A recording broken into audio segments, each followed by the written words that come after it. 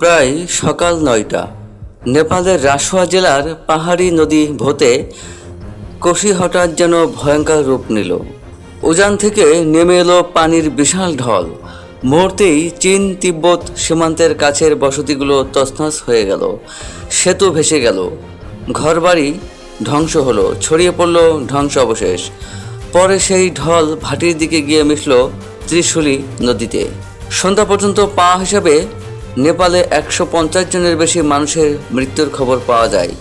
নিখোঁজ ছিলেন প্রায় ৪০০ জন। কিন্তু এই দুর্যোগকে শুধু একটি আকস্মিক বন্যা বললে পুরো ঘটনাটি স্পষ্ট হবে না, কারণ গত ১৩ মাসের মধ্যে একই প্রায় ৩০ কিলোমিটার নদীপথে এটি ছিল দ্বিতীয় ভয়াবহ বন্যা।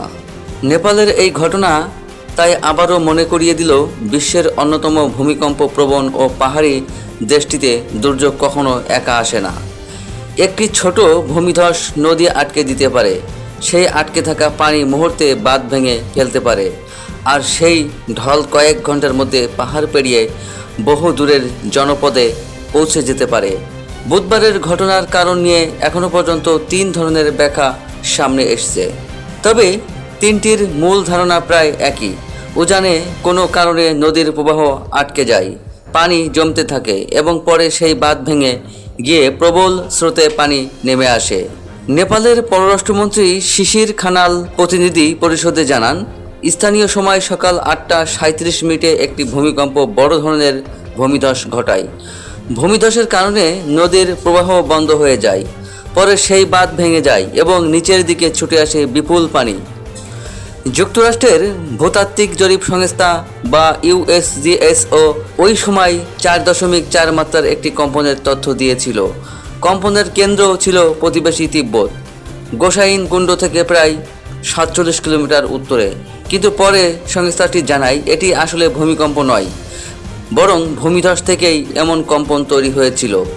বিজ্ঞানীদের আরেকটি ব্যাখ্যাও একই ঘটনার সঙ্গে মিলে যায়। আন্তর্জাতিক সমন্বিত পর্বত উন্নয়ন কেন্দ্রের বিজ্ঞানী শাশ্বত স্যানালের মতে, সবচেয়ে ভয়াবহ বন্যাটি হয়েছে লেন্দে খোলা নদীতে।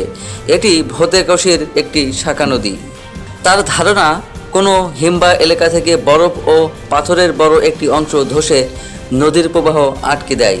এর পেছনে পানি জমতে থাকে, এক পর্যায়ে সেই প্রাকৃতিক বাঁধ ভেঙে গেলে জমে থাকা পানি প্রবল বেগে বেরিয়ে আসে। কাঠমান্ডু বিশ্ববিদ্যালয়ের পরিবেশ বিজ্ঞান বিভাগের প্রধান ও হিমবাহ বিশেষজ্ঞ রিজন ভক্ত কাইস্তো প্রায় একই ধরনের ধারণা দিয়েছেন। নেপাল ও চীনের বিজ্ঞানীদের সঙ্গে আলোচনার ভিত্তিতে তিনি মনে করছেন, লেন্দো খোলা নদীর উজানে এমন কোনো ঘটনা ঘটতে পারে। উল্লেখযোগ্য বিষয় হলো, আগের বছরও একই নদীর প্রবাহ এ ধরনের ঘটনায় আটকে গিয়েছিল। ঘটনা আগে ও পরে কী ঘটেছিল তা বোঝার জন্য ২৪ আগস্টের উপগ্রহের ছবিও বিশ্লেষণ করা হচ্ছে।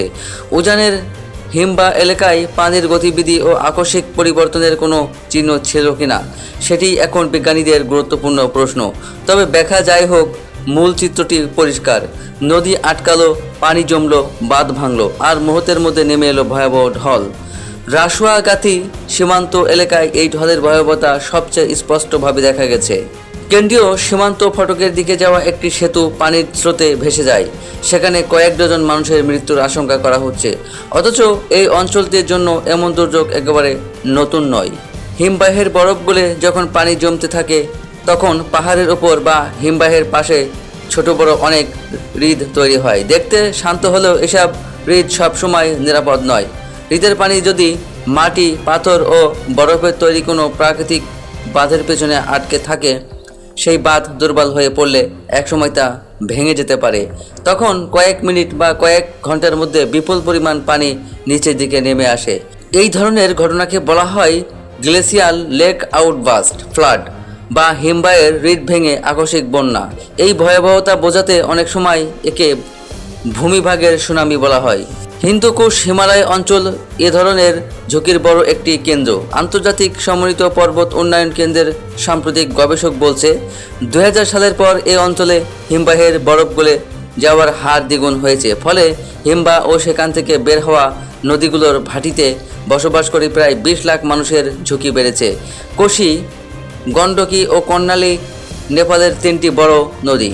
অববাহিকা এমন হিমবাহের হ্রদের ঝুঁকির মধ্যে রয়েছে। 2020 সালের জাতিসংঘের উন্নয়ন কর্মসূচির একটি তালিকায় এই 3 অববাহিকায় 3624টি হিমবাহের হ্রদ শনাক্ত করা হয়েছিল।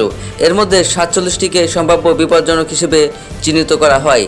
এর 25টি তিব্বতে, 21টি নেপালে এবং একটি ভারতে। কিন্তু বিপদ এখানেই শেষ নয়, কারণ হিমবাহের উপর তৈরি হওয়া একটি হ্রদ কয়েক মৌসুমের মধ্যেই তৈরি হতে পারে, দ্রুত বড় হতে পারে, আবার হঠাৎ অদৃশ্য হয়ে যেতে পারে। ফলে আজ যে তালিকা তৈরি হচ্ছে, কয়েক বছর পর সেটি হয়তো আর পুরোপুরি কার্যকর থাকছে না। গত বছরের বন্যার জন্য দায়ী হ্রদটির কথাই ধরা যাক। বন্যার আগে সেটি সম্পর্কে যথেষ্ট তথ্যই জানা ছিল না। নেপালের পাহাড়ে হঠাৎ বন্যার ইতিহাস কয়েক দশক নয়, কয়েক শত বছরের। গত বছরের একই ধরনের বন্যার কারণ হিসেব তিব্বতের একটি হিমবাহের হ্রদ ভেঙে যাওয়াকে চিহ্নিত করা হয়েছিল। 2025 সালের 8 জুলাইয়ের সেই বন্যা সীমান্ত এলাকার অবকাঠামোর বড় ক্ষতি করেছিল। এর বহু আগে 1981 সালের জুলাইয়ে তিব্বতের ঝাংঝাংবো উপত্যকার একটি হ্রদ কোনো আগামী সতর্কতা ছাড়াই খালি হয়ে যায়। পরে গবেষণায় দেখা যায় সেই ঘটনাতেও বিপুল পানি নেমে এসেছিল। গবেষণায় বলা হয়েছে ওই ঘটনায় 200 জনের বেশি মানুষ মারা যান, ধ্বংস হয় ফ্রেন্ডশিপ ব্রিজ, মারাত্মক ক্ষতিগ্রস্ত হয় শানকোশি জলবিদ্যুৎ কেন্দ্র। 1964 ও 1983 সালের বড় বন্যার সঙ্গেও একই হ্রদ ব্যবস্থার যোগ পাওয়া গেছে। অর্থাৎ একই অঞ্চলে বারবার একই ধরনের বিপদ ফিরে আসছে। বিশ্বব্যাংকের হিসাব অনুযায়ী নেপালের ইতিহাসে বড় ধরনের আকস্মিক বন্যার অন্তত 24টি ঘটনা নথিভুক্ত হয়েছে। এর 14টি নেপালের ভেতর থেকে এবং 10টি তিব্বত থেকে শুরু হয়েছিল। প্রায় 450 বছর আগেও সেটি খোলা নদী ব্যবস্থায় এমন একটি ভয়াবহ ঘটনা ঘটেছিল। মাচ্চাপুচ্ছে নামের একটি হ্রদের প্রাকৃতিক বাঁধ ভেঙে গিয়ে পোখারা উপত্যকায় ব্যাপক ক্ষয়ক্ষতি হয়েছিল। কোথাও কোথাও 50 থেকে 60 মিটার পুরো ধ্বংসাবশেষ জমেছিল। পাহাড়ের এই বিপদ তাই হঠাৎ তৈরি হয়নি, বরং হিমালয়ের ইতিহাসের সঙ্গে এটি দীর্ঘদিন ধরেই জড়িয়ে আছে। প্রশ্ন হলো, হিমবাহ গলে আসলে কতটা পানি জমছে? হিমবাহের ওপর বরফ গলে পানি জমলে একের পর এক হ্রদ তৈরি হতে পারে। কিছু হ্রদ ছোট থাকে, কিছু বড় হয়, আবার কোনো কোনো হ্রদ এত বড় হয় যে তার অস্তিত্বই বড় ঝুঁকিতে পরিণত হয়। সমস্যা হলো, এসব হ্রদকে সবসময় স্থির কোনো জলাধার হিসেবে দেখা যায় না। এগুলো বদলায়, নতুন হ্রদ তৈরি হয়, পুরনো হ্রদ বড় হয়, কোথাও বরফ বা পাথর ধসে পড়ে, কোথাও প্রাকৃতিক বাঁধ দুর্বল হয়ে যায়। ফলে ঝুঁকি চিহ্নিত করার কাজও কঠিন। একটি হ্রদ আজ নিরাপদ মনে হলেও আগামী মৌসুমে সেটি বিপজ্জনক হয়ে উঠতে পারে। আবার কোনো সম্ভাব্য ঝুঁকিপূর্ণ হ্রদ হঠাৎ পানি ছেড়ে দিলে সেটি আর পরের তালিকায় নাও থাকতে পারে। এই পরিবর্তনশীল প্রকৃতি নেপালের জন্য সবচেয়ে বড় চ্যালেঞ্জগুলোর একটি। প্রতিটি বড় বন্যার পর নেপালে একটি প্রশ্ন ফিরে আসে, উজানে কি ঘটছে তা আগে থেকে জানা যায় না কেন? 2025 সালের বন্যার পর নেপালের জলবিদ্যা ও আবহাওয়া বিভাগের মহাপরিচালক জানিয়েছিল, তিব্বত অঞ্চলের তথ্য পাওয়ার জন্য নেপালের কার্যকর কোনো ব্যবস্থা নেই। চীন থেকে বৃষ্টির পূর্বাভাস পাওয়া গেলেও হিমবাহের হ্রদ ভেঙে বন্যা নামার ঘটনা শুধু বৃষ্টির ওপর নির্ভর করে না। ফলে বৃষ্টির পূর্বাভাস দিয়ে এই বিপদ ঠেকানো যায় না। 2025 সালের বন্যার সময় নেপালের কর্মকর্তারা বলেছিলেন, পানি সীমান্তে পৌঁছানোর প্রায় 1 ঘন্টা আগে তারা বিষয়টি জানতে পেরেছিলেন, কিন্তু কোনো পূর্বাভাস সংস্থা তাদের সতর্ক করেনি। সীমান্তরক্ষী বাহিনীর সদস্যদের কাছ থেকে খবর পেয়েছিলেন তারা। এরপর নেপাল সরকার আগাম সতর্কতা ও দুর্যোগ প্রস্তুতি নিয়ে চীনের সঙ্গে কাজ করার সিদ্ধান্ত নেয়। একই সময়ে জাতিসংঘের গ্রিন ক্লাইমেট ফান্ড নেপালকে প্রায় $3.60 কোটি অনুমোদন করে। জলবায়ু পরিবর্তনের কারণে বাড়তে থাকা ঝুঁকি মোকাবিলায় এই অর্থ ব্যবহারের কথা।